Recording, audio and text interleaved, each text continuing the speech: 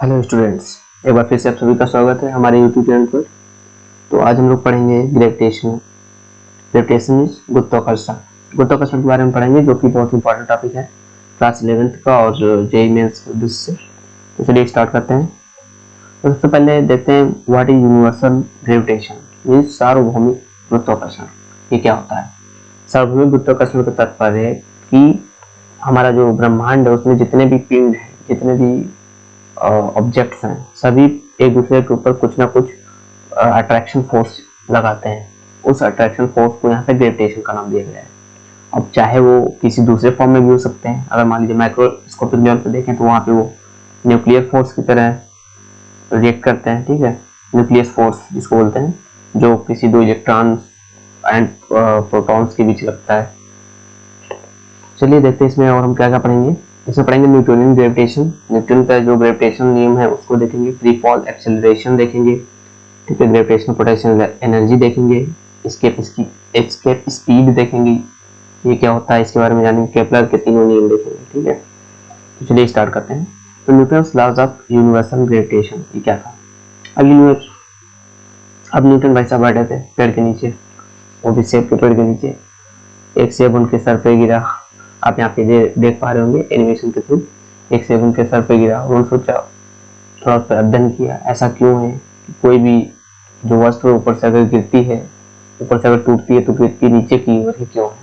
तो उसके बारे में जब उन्होंने बहुत सारा रिसर्च किया तो पाया कि हर चीज, यानी कि उस टाइम पर उन्होंने देखा कि apple was attracted to the earth, ठीक है। तो उन्होंने यहाँ पे देखा कि कोई भी चीज हो वो हमेशा नीचे क्यों गिर रही है, इसका मतलब कोई ना कोई अट्रैक्शन फोर्स है। तो उस फोर्स को उन्होंने कैलकुलेट किया थ्योरेटिकली। तो उन्होंने पाया कि वो फोर्स इसके द्रव्यमान पर डिपेंड करता है, और जो खींच रहा है उसके द्रव्यमान पर डिपेंड करता है, और दोनों के बीच डिस्टेंस पे डिपेंड कर रहा है, ठीक है। और फिर इसको जब उन्होंने कई सारे प्रयोग किए तो उसके थ्रू पाया कि वहां पे एक कांस्टेंट भी है, और उस कांस्टेंट की जो वैल्यू है वो कैपिटल जी है। इसको हम लोग कैलकुलेट कर सकते हैं, बाद में उसका अभी हम देख लेंगे अगर डेरिवेशन संभव हो पाया तो। Then all objects in the universe were attracted to each other in the same way the apple was attracted to the earth। ये न्यूटन की थ्योरी थी। तो न्यूटन ने बेसिकली हमको एक फार्मूला दे दिया जिसकी वजह से हम किन्हीं दो ऑब्जेक्ट्स के बीच लगने वाले अट्रैक्शन यूनिवर्सल ग्रेविटेशन फोर्स की कैलकुलेशन कर सकते हैं। मैथमेटिकल कैलकुलेशन इजीली कर सकते हैं। लेट सपोज कोई 2 किलोग्राम की वस्तु है, एक 5 किलोग्राम का वस्तु एक दूसरे से किसी डिस्टेंस 1 मीटर की डिस्टेंस पर रखे हुए हैं, तो उनके बीच कितना फोर्स लगेगा? इनके बीच फोर्स लगेगा m1 m2 में दिया हुआ है, r दिया हुआ है, कैपिटल जी की वैल्यू। चूंकि कैपिटल जी कांस्टेंट है तो उसकी वैल्यू हमें पता रहेगा 6.67 into 10⁻11।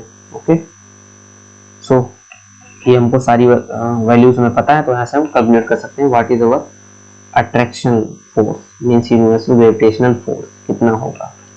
Okay, next. अब यहाँ पे हमारे सौरमंडल में कई सारे ग्रह भी हैं। वहाँ पे देखिए सूर्य की चारों पृथ्वी चक्कर लगाती है, और due to this gravitational force वो यहाँ पे इसके चारों ओर चक्कर लगा पाती है, और लगातार लगाती ही जा रही है।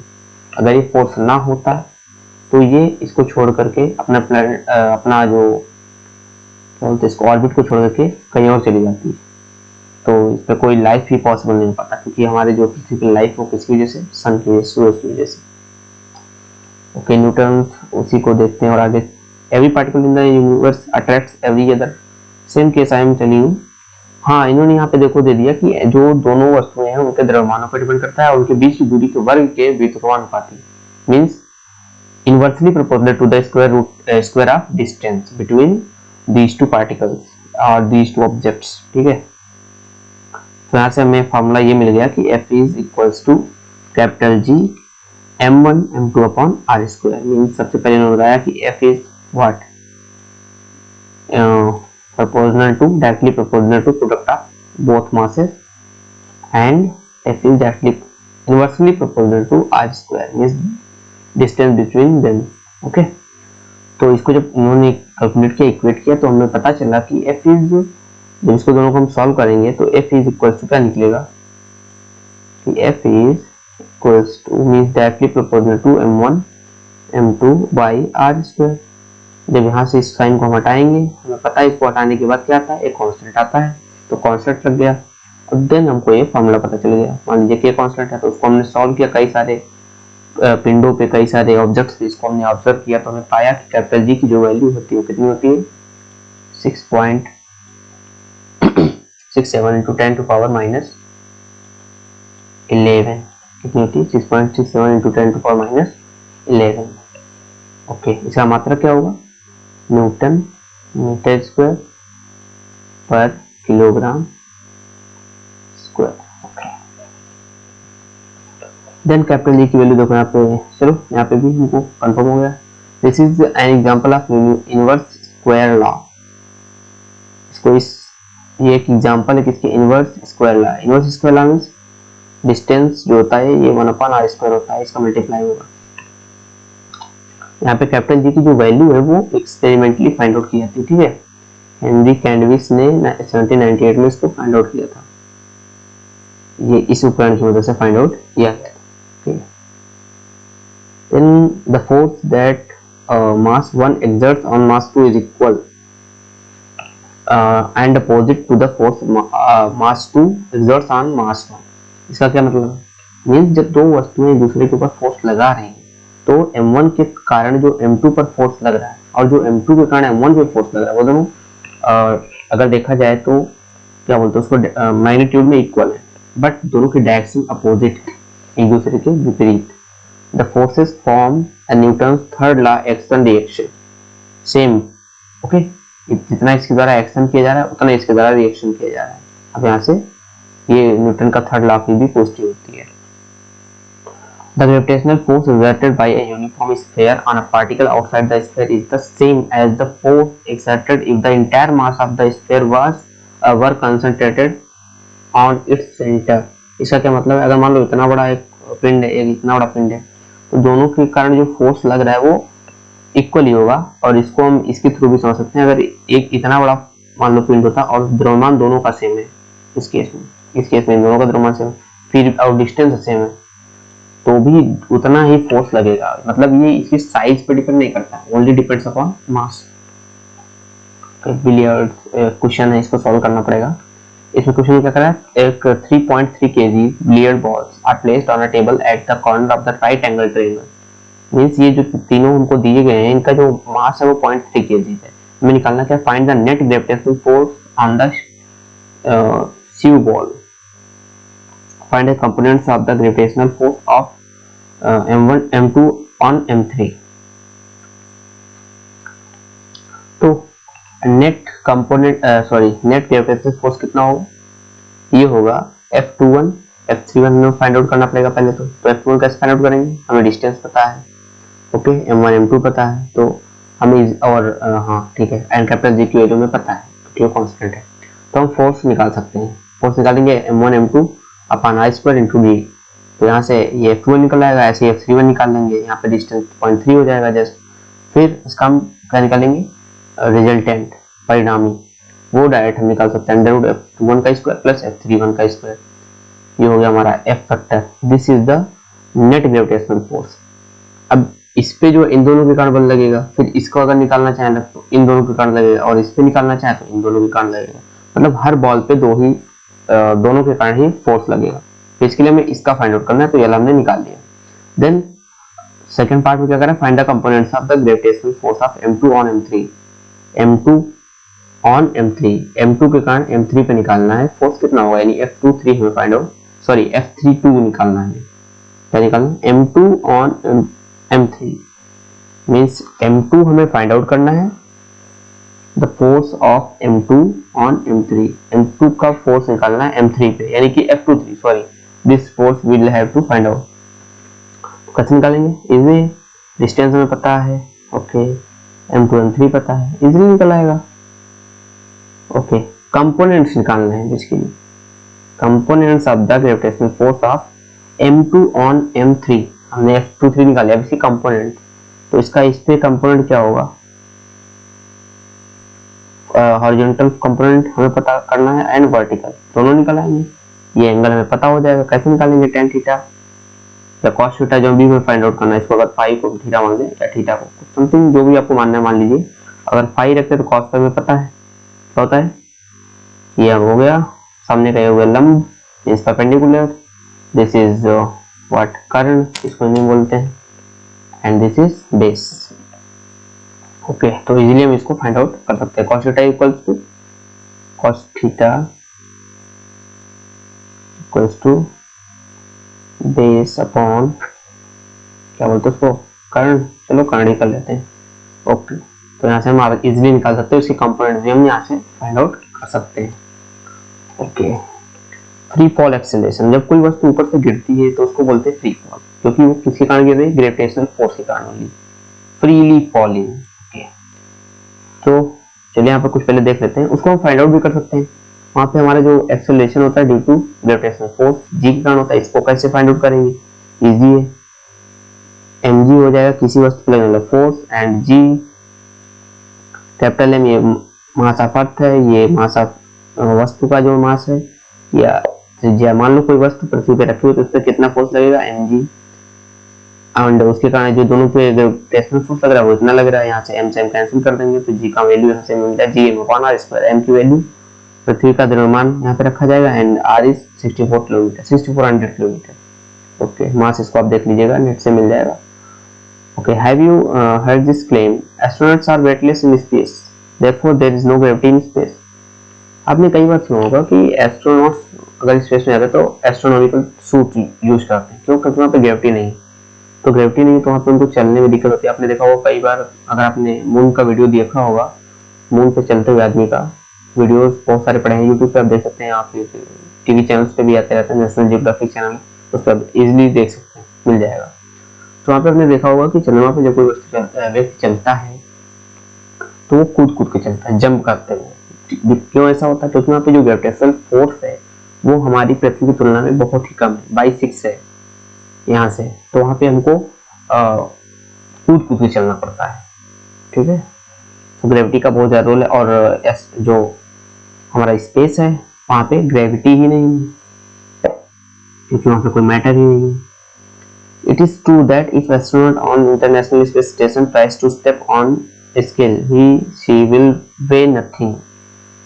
अगर वहाँ पे हम अंतरिक्ष में क्या करें, कोई एक वेइंग मशीन कर दें और उसमें हम मापने की कोशिश करें कितना वेट है, तो वेट 0 शो करेगा, क्योंकि वहाँ पे ग्रेविटी नहीं है। और हम जो पृथ्वी पे नापते हैं, मापते हैं, तो उसके ऊपर जब रखते हैं तो हमको क्या माप के देता है, वेट, mg की वैल्यू देता है, not m।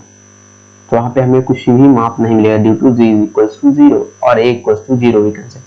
So it may seem reasonable to think that if weight equals to mg, since weight equals to 0, क्यों, क्योंकि g 0 है, but this is not true, ये ट्रू नहीं है, m is not 0। If you stand on a scale in an elevator and then cables are cut, you will also weigh nothing। हाँ, अगर मान लो आप एलिवेटर में हो और केबल काट दे और एलिवेटर का जो एक्सेलरेशन है वो हमारी पृथ्वी के एक्सेलरेशन के, यानी कि ग्रेविटेशनल एक्सेलरेशन के इक्वल हो जाए, तो उस केस में भी हमारा जो वे होगा वो 0 होगा। क्यों 0 होगा, इसका एबिलिटीज का देख लीजिए, अगर ये गिर रहा है नीचे की ओर ए त्वरण यानी कि जी त्वरण से, तो हम कहेंगे, क्या कहेंगे, इस पे जो लगने, ये इस पे खड़ा हुआ है तो इस पे लगने वाला जो ऊपर की फोर्स है n है, तो n, okay, and this is mg, this is mg, n minus mg equals to what, m a, and a is what, minus of mg, कितना है, mg माइनस का mg। सो यहाँ पे देखो क्या लिखा हुआ है, but in free fall a equals to g, a equals to g free fall के केस में होता है, so the normal force will be equals to 0। कितना हो जाएगा, 0। यहाँ पे जब आप रखेंगे, this doesn't mean g is equals to 0, इस केस में g नहीं 0, बट अंतरिक्ष में अगर आप है तो वहाँ पे g ही 0 होगा। इस केस में क्या होगा, ये दोनों कंपोनेंट एक दूसरे को कैंसिल आउट कर देंगे। यहाँ पे a equals to minus g रखेंगे, तो माइनस g रखेंगे तो ये दोनों कैंसिल हो जाएंगे, तो n equals to 0 आ जाएगा। अब यहाँ पे माइनस g क्यों रखा है, क्योंकि इसकी डायरेक्शन देखो आप, इसकी डायरेक्शन अपोजिट है, ऊपर पॉजिटिव होता है, नीचे negative, we know that, okay। Then astronauts in orbit are in free fall around the earth, just as you would be in elevator। Around the earth जो है ऑर्बिट में जब अगर पृथ्वी के एस्ट्रोनॉट्स, उस केस में फ्री फॉल के कारण वहाँ पे जो वेट होता है 0 होता है, बट अगर वो स्पेस में चले जाए तो वहां पे क्या होता है, g इक्वल टू 0 की वजह से उनका जो वेट होता है वो 0 रीड करता है on scale. They do not fall to the earth only because of their high tangential speed। जो टेंजेंशियल स्पीड होती है हाई होती है, उसके कारण वहाँ पे सेंट्रीपिटल फोर्स उनको प्राप्त होता है, और सेंट्रीपिटल फोर्स की वजह से वो सेंट्रीपिटल फोर्स जो होता है वो ग्रेविटेशनल फोर्स के इक्वल हो जाता है। हमारा सेंट्रीपिटल फोर्स की वजह से क्या होता है, हमको एक स्यूडो फोर्स लगता है बाहर की, और ग्रेविटेशनल फोर्स अंदर की ओर हमको अट्रैक्ट कर रहा है, तो स्यूडो फोर्स जो होता है वो ग्रेविटेशनल फोर्स के इक्वल हो जाता है। उसके इसमें नेट फोर्स ओवरऑल जो होता है 0 हो जाता है, और इसी की वजह से हमें जो वेट होता है वो 0 काउंट करते हैं, और प्लस पृथ्वी पे नहीं गिरता है कोई भी जो हमारा उपग्रह है जिसको वो सैटेलाइट है। Okay, then free fall acceleration and the gravitational force. अब इसको देख लीजिए, m1 m2 इसको इक्वल किया गया GME RE स्क्वायर, देन क्या किया गया, वही चीज जो मैंने पहले बोला था भी, क्या किया गया, ma की इक्वल किया गया, यहाँ से m कैंसिल हो जाएगा, देन हम यहाँ से a की वैल्यू फाइंड आउट कर सकते हैं। तो Ag क्या हो जाएगा, me upon RE square, me की वैल्यू ये हो गई 6 into 10 to the power 23 kg and RE 6400 kilometre लगभग। Then we can find out the value of capital G, कितनी होती है 9.8 metre per second square, sorry capital not, this is small g।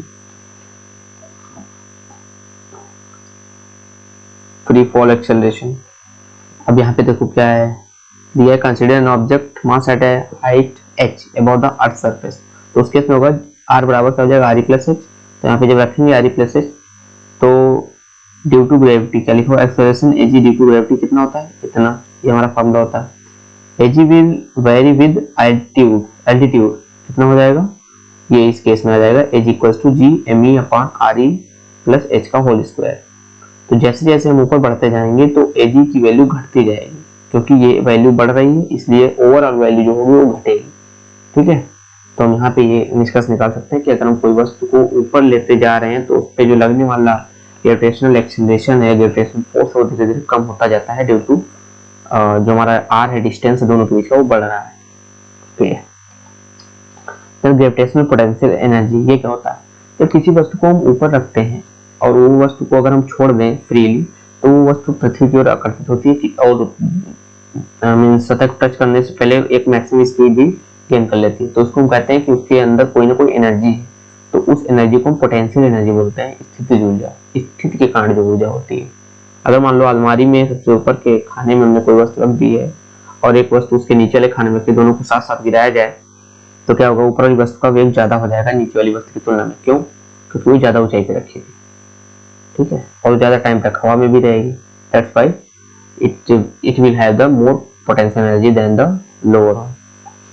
So U equals to जो हमारा potential energy का formula है वो होता है mgh, h मींस यहाँ पे y ले लिया गया है, y altitude is valid only near the earth surface. ये केवल तब वैलिड है जब वो पृथ्वी के बहुत पास हो, means RE is far, RE means radius of earth, far greater than this height, और y कह सकते हैं।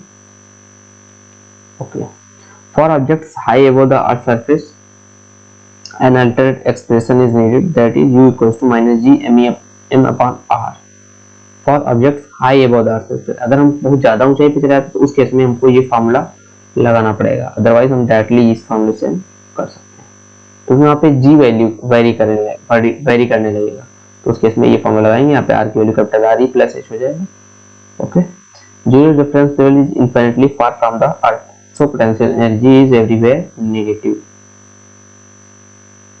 एनर्जी कंजर्वेशन हमने ऑलरेडी पीछे के टॉपिक्स में पढ़ लिया है। एनर्जी कंजर्वेशन क्या होता है, हम केवल एनर्जी के फॉर्म को चेंज करते हैं, उसका फॉर्म बदलता रहता है बट एनर्जी ओवरऑल कांस्टेंट ही रहती है, समेशन जो होगा वो कांस्टेंट रहेगा। Means kinetic energy plus potential energy equals to total energy always. अगर ये बढ़ेगा तो ये घटेगा, ये बढ़ेगा तो ये घटेगा, बोथ। सो हमारा टोटल एनर्जी होगा हाफ mv², वेलोसिटी के कारण एनर्जी प्लस मींस यहाँ पे माइनस हो जाएगा u, क्योंकि हमने जो रेफरेंस जीरो रेफरेंस लेवल में क्या होता है, infinitely far from the earth, ये बहुत ज्यादा दूर है अर्थ के, तो पोटेंशियल एनर्जी को हम एवरीवेयर नेगेटिव देते हैं। रेफरेंस पे डिपेंड करता है हमेशा, ठीक है, कहीं कहीं पे पॉजिटिव भी ले सकते हैं, तो ऑलवेज डिपेंड करेगा रेफरेंस पे। अगर हम जीरो रेफरेंस लेवल ले रहे हैं तो पोटेंशियल एनर्जी क्या होगा, नेगेटिव होगा। Okay, energy of N orbit, orbit की एनर्जी कितनी होती है इसके बारे में भी हम थोड़ा डिस्कस कर लेते हैं। Consider a circular orbit of a planet around the sun. What keeps the planet moving in its circle? The energy of the orbit keeps it moving, keeps the planet moving around the sun in its circle. That energy called is energy of orbit. It is centripetal force produced by the gravitational force. ये centripetal force ही हमने already इसको बता दिया था कि centripetal force जो होता है वो इक्वल कर दिया जाता है ग्रेविटेशनल फोर्स की। मीन जो ग्रेविटेशनल फोर्स हमें लग रहा है अट्रैक्शन फोर्स, और जो पृथ्वी या फिर कोई और ग्रह हो सकता है वो घूम रहा है, तो उसके कारण एक सेंट्रीपिटल फोर्स भी जनरेट कर रहा है। वो सेंट्रीपिटल फोर्स घूमने के कारण और जो ग्रेविटेशनल फोर्स है उसके वेट के कारण और डिस्टेंस के कारण दोनों जब इक्वल हो जाते हैं एक दूसरे के, तो उस केस में जो कोई ग्रह है वो एक ऑर्बिट में चक्कर लगाने लगता है और उसी कारण वो हमेशा उस पे स्थिर भी रहता है और वो पृथ्वी पे यानी कि सूर्य पे गिरता नहीं। So that is called the energy of the orbit. That implies that half mv square is equal to g m upon यानी capital m small m upon 2r। यहाँ से दोनों तरफ 2 से डिवाइड भाग दिया गया है, ठीक है। यहाँ से देखो एक आर ये आर कैंसिल हो गया, हाफ mv स्क्वायर हो गया। This is called kinetic energy. Making this substitution the expression of total energy क्या होता है, equals to k plus u। तो u हमें पता है k half mv square minus G M, यहाँ पे देखो हाफ mv स्क्वायर की वैल्यू कितनी इतनी आई, इसको यहाँ पे रखेंगे तो ये कितना आएगा, हाँ नेगेटिव आ जाएगा। तो ये हमारा हो गया सर्कुलर ऑर्बिट। सर्कुलर ऑर्बिट के लिए क्या होता है, minus G capital M small M upon 2r। This is the total energy. Note the total energy is negative and is half the negative potential energy. ये टोटल एनर्जी है and that was जो हमने previously पढ़ा था वो क्या था, वो था कहाँ गया, पोटेंशियल एनर्जी। वो क्या था, पोटेंशियल एनर्जी। हमने अभी जो ये निकाला था ये फॉर्मूला, ये हमारा पोटेंशियल एनर्जी का के लिए, and this is for total energy. For an elliptical orbit R is replaced by A, ठीक है। इलिप्टिकल पाथ में यानी कि इलिप्टिकल ऑर्बिट में हमको जो आर को रिप्लेस करना है वो ए से। ओके, यहाँ तक कि हमको उम्मीद है आपको समझ में आया होगा। नेक्स्ट इज एस्केप स्पीड, ये क्या होता है। तो यहाँ पे एक चीज और है, ये हमको फॉर्मूले याद रखने हैं, ठीक है। ये हो गया half M V square by तो पता ही होगा, G M one M two upon I square, ये भी पता होगा आपको। ये फॉर्मूला टोटल एनर्जी होता है half of the potential energy. ये जो कंडीशन है ये हमको याद रखनी है। और जो पोटेंशियल एनर्जी होती है वो कितनी थी, capital G M one M two upon R, वो भी माइनस की, दोनों ही माइनस में होंगे। नेक्स्ट एस्केप स्पीड, ये क्या होता है। Escape speed is the speed needed for an object to soar off into space and not return. Means पृथ्वी पे अगर कोई वस्तु रखी है उसको हम इतना स्पीड से फेंकें कि वो पृथ्वी पर लौट के वापस आए ही ना, मतलब पृथ्वी के वायुमंडल को छोड़ के बाहर निकल जाए। That is known as the escape speed. उसको हम कैसे फाइंड आउट करेंगे, यहाँ पर टोटल एनर्जी निकालिए और उसको इक्वल बराबर जीरो कर दीजिए। जब कोई वस्तु पृथ्वी के कह सकते हैं अट्रैक्शन फोर्स का जो फील्ड है उससे बाहर चली जाएगी तो उसका टोटल एनर्जी वो कितना हो जाएगा, जीरो। तो इसको जब इक्वल करेंगे तो यहाँ से हम v फाइंड आउट कर सकते हैं। m से m कैंसिल हो जाएगा ऐसे, और 2 इधर चला जाएगा और बाकी चीजें हमें पता है कैपिटल r, ये r ही हो जाएगा। तो ये हमको आ जाएगा v स्केप, और ये होता है 11.2 किलोमीटर पर सेकंड। मीन्स अगर किसी वस्तु को हमें पृथ्वी के बाहर भेज देना अंतरिक्ष में तो कितना वेग देना पड़ेगा, 11.2 kilometre per second.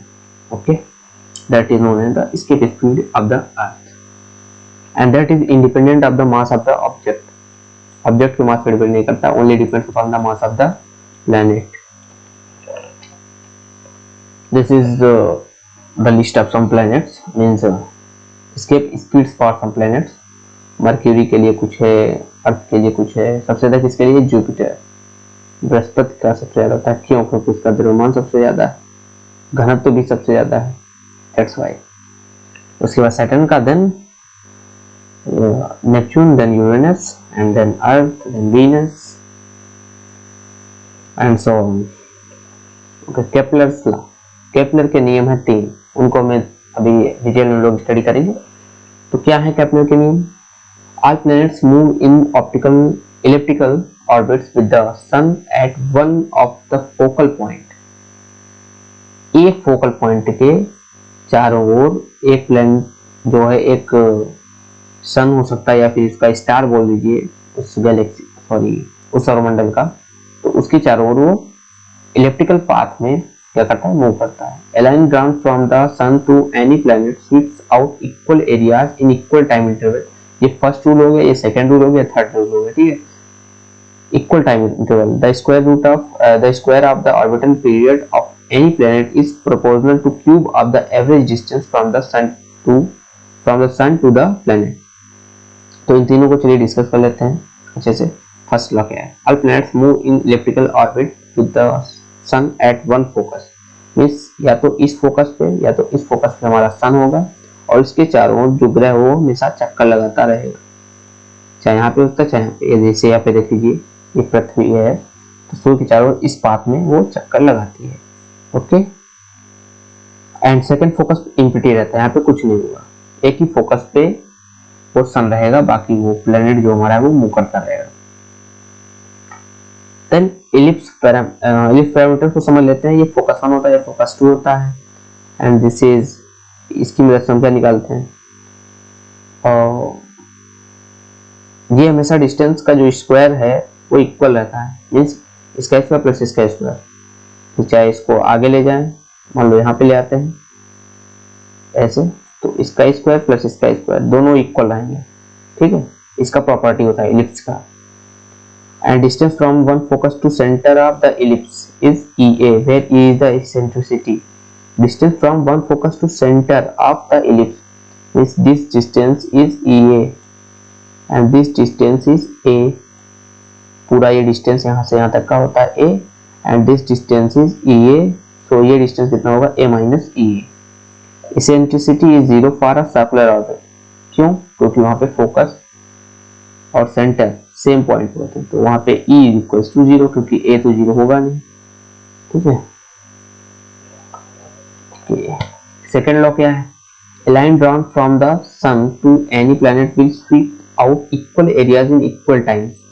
Means suppose ये टाइम t के द्वारा इस पॉइंट पे, यानी कि यहाँ पे जब कोई प्लैनेट था और यहाँ पे आया, मान लो t टाइम पे आया, और उसी t टाइम में ये यहाँ से यहाँ तक आता है। इस केस में जब वो सूर्य के पास होता है तो जो एरिया होगा, मीन्स TA भी है, TA भी है, क्योंकि T1, इसको T1 ले लीजिए, इसको T2 ले लीजिए। अगर T1 इक्वल्स टू T2 है तो जो A1 है वो इक्वल्स टू A2 होगा। ये रूल था और इसको आप इजीली प्रूव कर सकते हो, ठीक है। इसको निकाला भी जा सकता है। अगर आप इसको अगर इसको स्ट्रेट लाइन लगभग मान लिया जाए, और ये तो मान लो स्ट्रेट लाइन नहीं होगा, लेकिन यहाँ पे लगभग अगर मानेंगे तो लगभग इक्वल ही आएगा। Area from A to B and C to D are the same. इसको आप इंटीग्रल की मदद से आसानी से सॉल्व कर सकते हैं, इसकी मदद भी ले सकते हैं। देन केपलर्स थर्ड लॉ, इसको आप प्रूव कर सकते हैं। वैसे प्रूव करने की जरूरत नहीं है, आपको नियम पता होने चाहिए। प्रूविंग आपके थोड़ा हाई स्टैंडर्ड पे जाएगा, वहाँ पे आपको अच्छे से बताया जाएगा। जो भी इसके आगे अच्छी पढ़ाई करेगा उसमें BSc या फिर BTech के कुछ कोर्सेज में, सब में नहीं पढ़ाया जाता है। The square of the orbital period of any planet is proportional to the cube of the average distance from the sun to the planet. Means sun से planet की जो average distance है, क्योंकि ये distance हमेशा बढ़ती बढ़ती है। जैसे कि पृथ्वी के केस में क्या था, सूर्य यहाँ पे एक फोकस पे है, अब यहाँ पे एकदम सबसे नियरेस्ट हो गया, यहाँ पे बहुत ज्यादा दूर है, तो इसीलिए यहाँ पे लिखा गया है एवरेज डिस्टेंस। उसका क्यूब होता है प्रोपोर्शनल। ऑर्बिटल पीरियड का स्क्वायर जो एवरेज डिस्टेंस का क्यूब है उसके प्रोपोर्शनल होता है। तो यहाँ पे एक k आएगा जो कि एक कांस्टेंट है। उस कांस्टेंट की वैल्यू कितनी, 2.97 to 10⁻⁹, ठीक है, सेकंड स्क्वायर पर मीटर क्यूब। किसके लिए? फॉर ऑर्बिट अराउंड द सन, सन के अराउंड जो ऑर्बिट है उसके केस में। k is independent of the mass of the planet, ठीक है, क्योंकि ये डिपेंड करता है मास ऑफ द सन। 4π²/G/ms ये फॉर्मूला है, इसको भी याद रखिए। अगर मान लो कभी बाई चांस क्वेश्चन आ गया पेपर में, एग्जाम में, तो आप इजीली इस फॉर्मूला की वजह से निकाल सकते हैं। T is the period of the planet, कितना आवर्तकाल है जिसको हिंदी में बोलते हैं। Okay, next the mass of the sun. इसकी वजह से आप मास कैलकुलेट कर सकते हैं। हमें कैपिटल टी का वैल्यू अगर मान लो दिया गया है, ठीक है, कैपिटल ए का वैल्यू अगर हमें दिया गया, यहाँ पे देखो पता है और calculate the mass of the sun noting that the period of the earth orbit around the sun is 3.156 10⁻⁷ second, ठीक है, and which distance from the sun is 1.496 10⁻11 metre. तो उसको आप ओवरऑल यहाँ पे रखिए और यहाँ से हमें सारी वैल्यूज पता है, कैपिटल जी की पता है, ए की पता है, टी की पता है, ये दी गई है। तो एम की वैल्यू हम फाइंड आउट कर सकते हैं, जो कि लगभग हुआ 2 × 10⁻30 kg। Okay okay, then geosynchronous orbit, ये क्या होता है? एक्चुअली जियोसिंक्रोनस ऑर्बिट जो होता है वो पृथ्वी के बाहर उसके चारों एक ऐसा ऑर्बिट है इक्वेटर के समा सॉरी इक्वेटर के ऊपर, हम इक्वेटर पे ही बात करते हैं क्योंकि ये सबसे अच्छी जगह है ऑर्बिट के लिए, जहां से हम प्राकृतिक घटनाओं का निरीक्षण कर सकते हैं, उनका ऑब्जर्वेशन कर सकते हैं, ठीक है। तो इसलिए यहाँ पे इसका कुछ डिस्टेंस है, मुझे नहीं पता है, इसको आप नेट पे सर्च कर लीजिएगा, आपको इसका डिस्टेंस मिल जाएगा, कितनी दूरी पे है लगभग, आई थिंक लगभग 3,500 किलोमीटर यहाँ से ऊंचाई पे, यानी कि पृथ्वी के सतह से इक्वेटर पे लगभग 3,500 किलोमीटर की ऊंचाई पे, 3500 किलोमीटर की ऊंचाई पे ये जियोसिंक्रोनस ऑर्बिट है जो कि पृथ्वी के चारों ओर है। From a telecommunication point of view, its advantage of satellites to remain at the same location relative to a location on the Earth. This can occur only if the satellite's orbit period is the same as the Earth's period of rotation, 24 hours. At what distance from the center of the can this geosynchronous orbit be found? What's the orbital speed of the satellite? ये चीजें हमें find out करनी है। बाकी यहाँ पे आप समझ गए होंगे यहाँ पे क्या करने की कोशिश की जा रही है। तो this can occur only if the satellite's orbital period is the same as Earth's period of rotation. तो पृथ्वी का पीरियड ऑफ रोटेशन है और सैटेलाइट्स का ऑर्बिटल पीरियड है, वो अगर इक्वल है तो हम क्या करें, तो उस केस में वो बैलेंस हो जाते हैं और इजिली हम जितनी भी हमारे भौगोलिक घटनाएं उनको हम निरीक्षण कर सकते हैं, क्योंकि 24 आवर्स में पृथ्वी एक पूरा रोटेशन करती है और उतनी ही देर में क्या करना चाहिए, सैटेलाइट्स का जो ऑर्बिटल पीरियड है वो अगर उसके इक्वल हो जाता है जो सैटेलाइट का ऑर्बिटल पीरियड है, तो हम इजीली उसको कैलकुलेट कर सकते हैं और इजीली हमारे जो नेचुरल घटनाएं हैं जैसे कि पानी का बरसना या फिर यही सब है प्रेडिक्शन करने के काम आती है। सो हम इसको फाइंड आउट करने की ट्राई करते हैं। At what distance from the centre of the earth can this geosynchronous orbit be found? तो हमने आपको इसका आंसर बता दिया है, आप इसको चेक कर लीजिएगा, 3500 किलोमीटर लगभग। ओके, और इसको फाइंड आउट कैसे करना है, तो उसके लिए क्या होता है, जैसे हमने भी कुछ देर पहले डिस्कस किया था कि सेंट्रीपिटल फोर्स है उसको किससे इक्वल होना चाहिए, ग्रेविटेशनल फोर्स। तो उसको हम इसी तरीके से फाइंड आउट कर सकते हैं। चलिए देखते हैं। Let's suppose the this is m, this is m, mass of planet and mass of the object and satellite of mass, ये हो गया r distance i square, this is mv square by r। Okay, m से m cancel हो जाएगा, ठीक। Then r से एक r cancel हो जाएगा। ओके, v इक्वल्स टू क्या होता है, अगर पृथ्वी की त्रिज्या यानी कि कोई वस्तु जिस जो हमारा सैटेलाइट है वो मान लो 8 रेडियस में घूमेगा, तो क्या हो जाएगा, टोटल कितना distance 2πr upon t interval t। तो ये होगा वेग, यहाँ पे रख दीजिए capital G capital M upon r equals to, यानी कि 2 2 4 पाई स्क्वायर r स्क्वायर अपॉन t स्क्वायर। ओके, इसको सॉल्व करेंगे तो हमको मिलेगा G M t square upon 4 pi square cube root equals to capital R, क्योंकि R क्यूब होगा तो ये हो गया हमारा R की वैल्यू।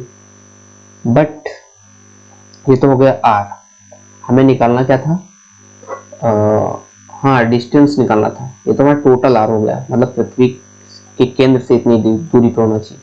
हमें चाहिए हाइट में सतह से कितना ऊंचाई पे, तो उसमें से हम क्या करेंगे, R माइनस आर ई कर देंगे।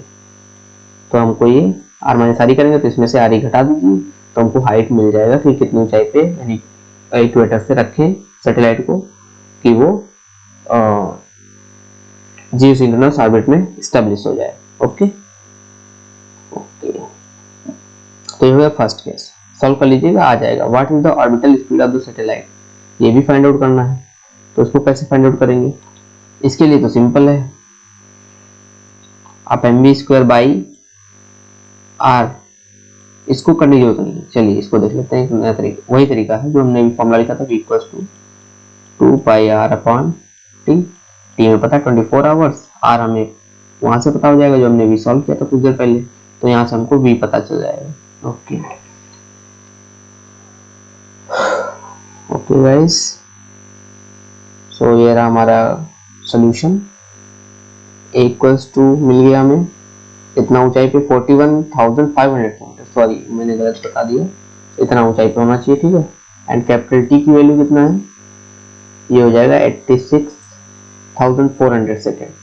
इन 24 आवर में कितना होता है। So that's all for today. Okay guys, so अगर आपको वीडियो इन्फॉर्मेटिव लगा हो तो जरूर लाइक कीजिए एंड शेयर कीजिए एंड चैनल को सब्सक्राइब कीजिए अगर आपको और भी इसी तरह के इन्फॉर्मेटिव वीडियो चाहिए तो। Thank you.